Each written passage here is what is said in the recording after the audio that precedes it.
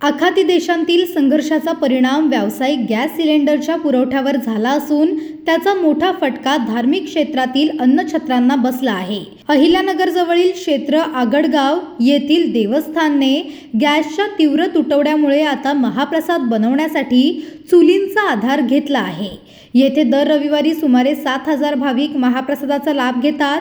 व्यावसायिक सिलेंडर मिळत नसल्याने देवस्थानने भाविकांच्या सहकार्याने 4 टन सरपण उपलब्ध केले आहे। या रविवारी महाप्रसाद चुलीवरच तयार करण्यात आला। गॅस पुरवठा सुरळीत होईपर्यंत हीच व्यवस्था कायम राहणार असल्याचे अध्यक्ष बलभीम कराळे यांनी स्पष्ट केले। इंधनाच्या जागतिक संकटामुळे स्थानिक अन्नछत्रांच्या नियोजनात हा मोठा बदल करावा लागलाय। क्षेत्र काळ भैरवनाथ या ठिकाणी गेले 22 वर्षापासून या ठिकाणचा अन्नदानाचा महाप्रसाद चालतो आणि हा महाप्रसाद बनवण्यासाठी वेगवेगळ्या भक्तांच्या माध्यमातून या ठिकाणी देणगीच्या रूपाने असेल किंवा वस्तूच्या रूपाने असेल असा महाप्रसाद बनवला जातो।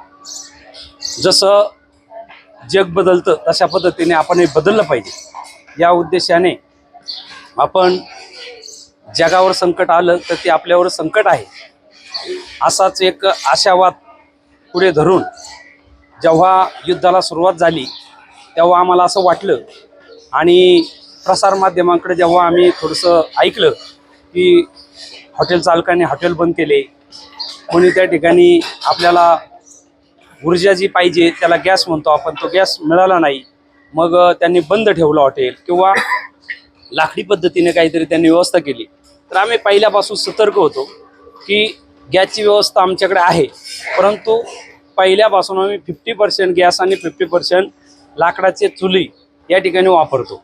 आणि म्हणून आजही या ठिकाणी आजची परिस्थिती ही अशी आहे की 5,000 भाविक या ठिकाणी येतील हा अंदाज धरून आपण या ठिकाणी सर्वांना भाकरी, आमटी, ठेचा, त्याबरोबर ज्या असणारे सर्व पदार्थ आहेत, भात असेल किंवा त्याबरोबरचा गोड पदार्थ, हे सर्व बनवण्यासाठी आपल्याला तर ऊर्जा लागते किंवा शिजून ते घ्यावाच लागतात। म्हणून यासाठी आम्ही गॅस कोणत्या पद्धतीने आपल्याकडे उपलब्ध असेल किंवा नसेल, जो आहे त्या परिस्थितीमध्ये आम्ही पुन्हा आम्हाला मिळेल की नाही तर त्या अगोदर आम्ही वेगवेगळ्या प्रकारच्या आपल्या अगोदर जे भाविक आहेत त्या भाविकांना विनंती केली की जर कोणाकडे लाकडं असतील जे तोडून ठेवलेले असतील, वाळून गेलेले असतील, सुकलेले असतील, अशा प्रकारची लाकडं त्याची एक आवाहन केलं आणि आवाहन केल्यानंतर आपलेच निश्चिम असणारे भक्त असे अहिल्यानगर या ठिकाणी त्यांचं स्वामिल आहे आणि त्र्यंबके म्हणून त्यांच्याकडे लाकडाची या ठिकाणी उपलब्धता झाली आणि म्हणून त्यांनी एक 3.5 टन या ठिकाणी लाकूड आपल्याला या ठिकाणी आणून टाकलं।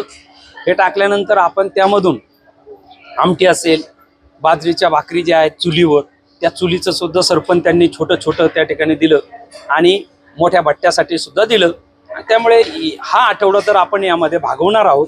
पुढील नियोजन आम्ही लाकडाच्या पद्धतीने करणार आहोत।